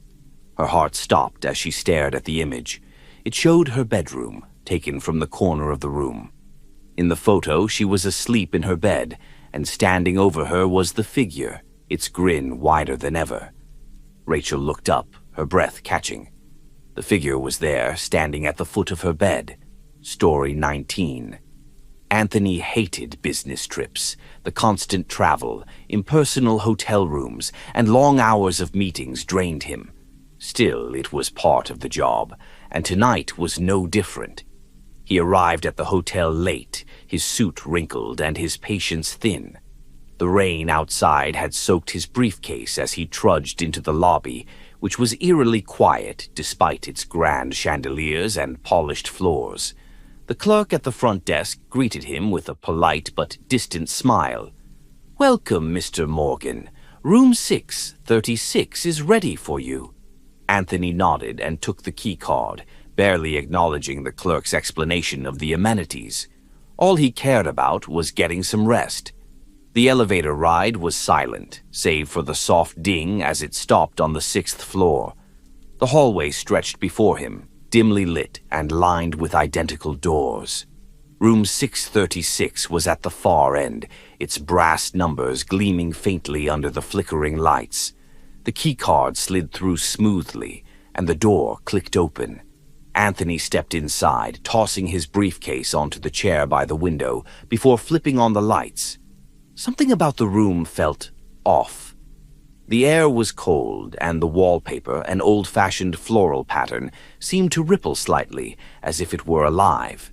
He dismissed it as fatigue and collapsed onto the bed, falling asleep almost instantly. Anthony woke abruptly in the middle of the night. The room was pitch dark, the bedside lamp off, even though he was sure he'd left it on. He fumbled for his phone, the screen casting a faint glow as he checked the time. 3:03 a.m. A soft knock echoed from the door. "Who is it?" he called, his voice hoarse. No response. The knock came again, louder this time. Anthony hesitated before getting up, his heart pounding as he approached the door. When he opened it, the hallway was empty. Shaking his head, he muttered something about pranksters and locked the door again. But as he turned back to the bed, he noticed something chilling. The chair by the window, where he'd left his briefcase, was now empty. The briefcase was gone. His pulse quickened as he scanned the room. The shadows seemed deeper now, and the faint ripple in the wallpaper was more pronounced. Anthony tried calling the front desk, but the phone emitted only static. Frustrated, he grabbed his keycard and decided to go downstairs. As he stepped into the hallway, it felt different. The lights were dimmer, the air heavier, and the faint smell of mildew hung in the air. He pressed the elevator button, but the panel was dark, unresponsive. Deciding to take the stairs, Anthony turned toward the far end of the hall, only to find that it stretched on endlessly, the doors seeming to multiply with each step he took. Panic set in as Anthony walked faster, his footsteps echoing unnaturally loud in the empty corridor. He tried opening a random door, but it was locked. He tried another and another, but they wouldn't budge. Finally, he reached a door marked 636, the number of his room. His keycard slid in smoothly and the door clicked open.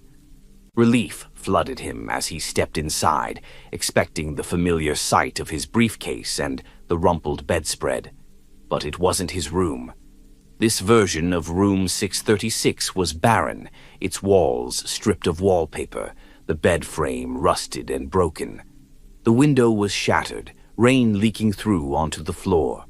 In the corner of the room stood a figure, its back to him. It was tall, unnaturally thin, and its head tilted at an impossible angle. Anthony froze, every instinct screaming at him to run, but his legs wouldn't move.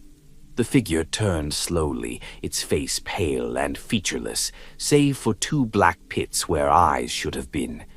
"You don't belong here," it rasped, its voice like the scrape of metal. Anthony stumbled backward, slamming the door shut and running down the hallway.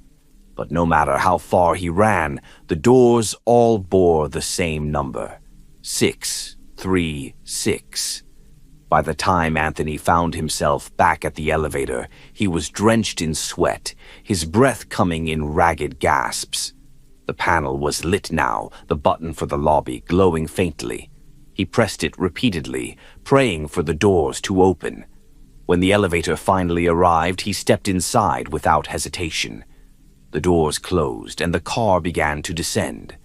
But instead of stopping at the lobby, it continued downward, past floors that didn't exist on the directory. The display showed negative numbers. When the doors opened, Anthony found himself staring into a vast, empty void. A faint whisper filled the air, calling his name. The next morning, the hotel staff found room 636 empty. The bed was untouched, the bathroom spotless, and there was no sign of Anthony Morgan. When they checked the records, there was no record of a guest by that name ever checking in. And yet, on the nightstand, they found his briefcase, its surface damp with rain. "You're still here, aren't you?" The night stretches on, and the rain falls steadily outside, weaving a rhythm that blends with these stories, a rhythm that invites you to linger just a little longer. There's a comfort, isn't there, in sitting safely in the dim glow of your room, with the unknown pressing gently against the edges of your mind. Take a breath. Let the warmth of your blanket or the stillness of your surroundings hold you for a moment. The storm outside, its distant thunder rolling across the sky, seems almost alive, as if it's listening too. Perhaps, as you've listened, you've found fragments of yourself in these tales, a flicker of a forgotten fear, a shadow of a childhood memory. Or maybe, just maybe, you felt something else, a presence you can't quite name, a faint tingle of recognition when the characters hesitated, when they turned and saw nothing. These stories are like the rain. Each droplet is fleeting, yet together they create something greater, something that lingers long after the last note has fallen. And you are part of this now. So, stay with me. Let the rain carry you deeper into the night. The stories ahead are waiting, and who knows? One of them might just be yours. And so, dear listener, our journey through the shadows draws to a close. The rain has become a gentle whisper against the window, a lullaby for those ready to embrace the night's rest. But the stories remain. Perhaps you feel their weight lingering in the corners of your mind, a shadow of something familiar, yet unexplainable. The echoes of footsteps, a whispered name, the faintest reflection that doesn't quite belong. These tales have a way of finding us, of reminding us that the world is larger, deeper, and stranger than we care to admit. Tonight, we've walked through corridors that stretched impossibly far, opened doors that perhaps should have stayed closed, and met figures whose presence we can't quite explain. Each story has been a glimpse, a fleeting moment that asks more questions than it answers. And isn't that the beauty of mystery?